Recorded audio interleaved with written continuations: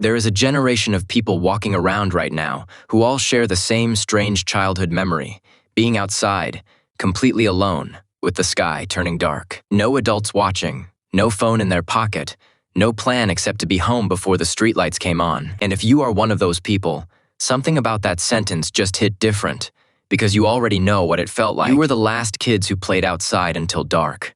The last ones who had that specific kind of freedom, and nobody really talks about what it did to your brain. They're the ones who still feel slightly restless indoors.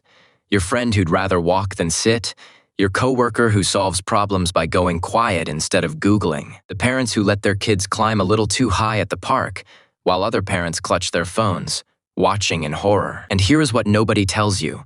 The psychology of those unsupervised childhoods didn't just shape preferences, it literally wired a different kind of brain. Picture this. It is 1989. You are 9 years old. It is a Saturday and your parents haven't checked on you in 4 hours. You are 3 blocks from home with kids you sort of know. Someone found a creek. Someone dared someone else to jump across it. No helmets, no waivers, no adult within shouting distance. Just you, the creek, and the calculation of whether you could make it. And here is the thing, you jumped or you didn't.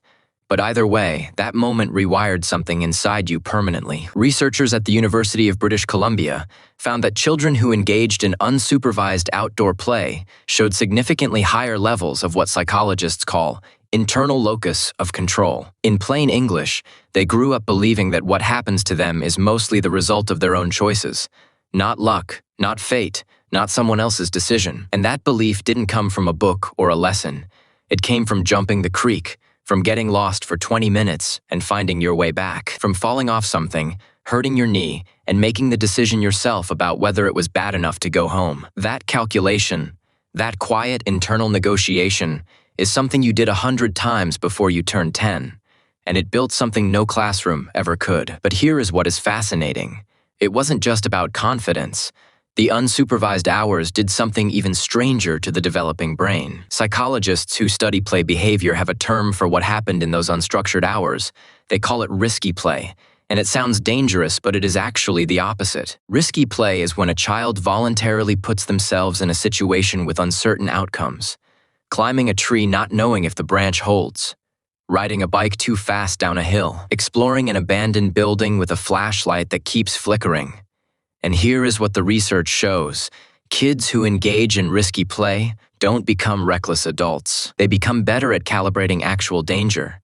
They learn the difference between scary and genuinely unsafe because they tested it with their own bodies. A study from the Norwegian University of Science and Technology found that children deprived of risky play were more likely to develop anxiety disorders by age 18. Not because the world got scarier, but because they never learned what their own limits actually felt like. And this is the quiet tragedy.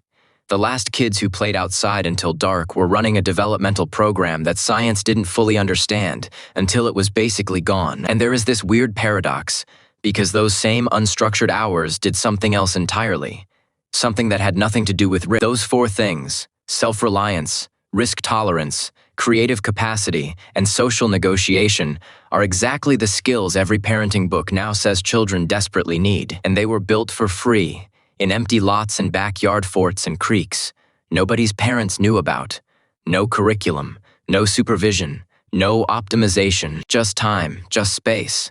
Just the quiet terror and absolute magic of being a kid with nowhere to be. And maybe that is the real psychology of the last kids who played outside until dark. It is not that they had better childhoods.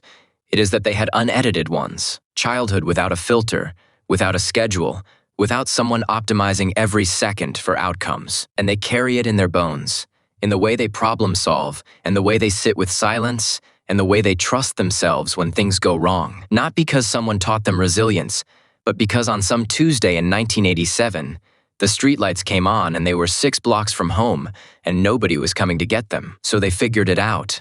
They always figured it out. And if that is you, if something in this video made your chest tighten just a little, I want you to know something. That ache you feel isn't weakness. It is recognition.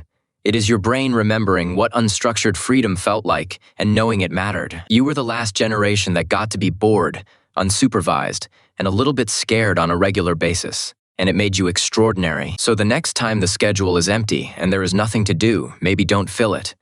Maybe just sit with it. You already know what that silence is worth. If this hit home for you, please subscribe. And if you want to support these deep dives into the psychology behind the way we live, hit that join button. I would genuinely appreciate your support. Thanks for watching. Now go outside.